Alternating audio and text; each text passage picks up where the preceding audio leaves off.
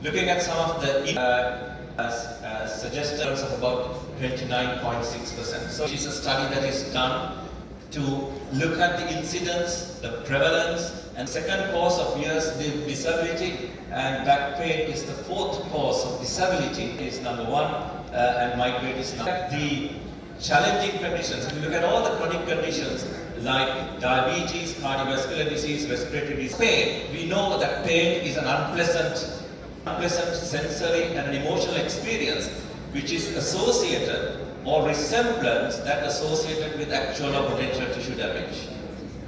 And it also comes with 6 keynotes. And do you recognize that individuals? This lady is walking on fire with a spear across her chin.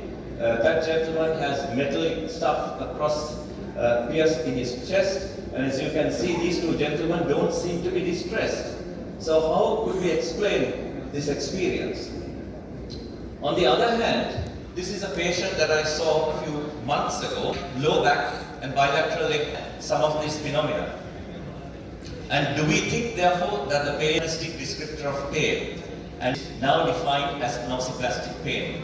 So plastic pain negates the need for a stimulus. You don't need coming up with the ICD-11 for chronic categorized as pain, secondary pain.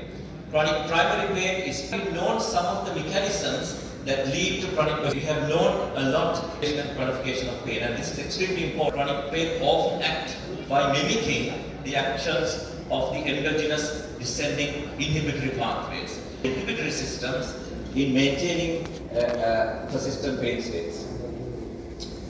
So I just told you a little while ago that multiple regions of the brain have been shown to be associated with nociceptor activation. For example, ascending and the descending system. So with acute pain, for example, there is the turning up of the volume, as you can see. But if this continues in the periapical gray area and the rostroventral, downwards is more center for receiving pain messages. They are not just a pain center.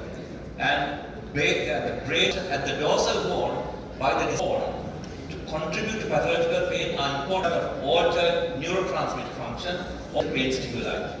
And the reason for that is from various studies, very old studies, to suggest that patients with and as you can see here, as the pain intensity increases over time, the patients with healthy controls, that fibromyalgic patients have a morphology can change and the morphometry can change in test that there is hyperexcited laser.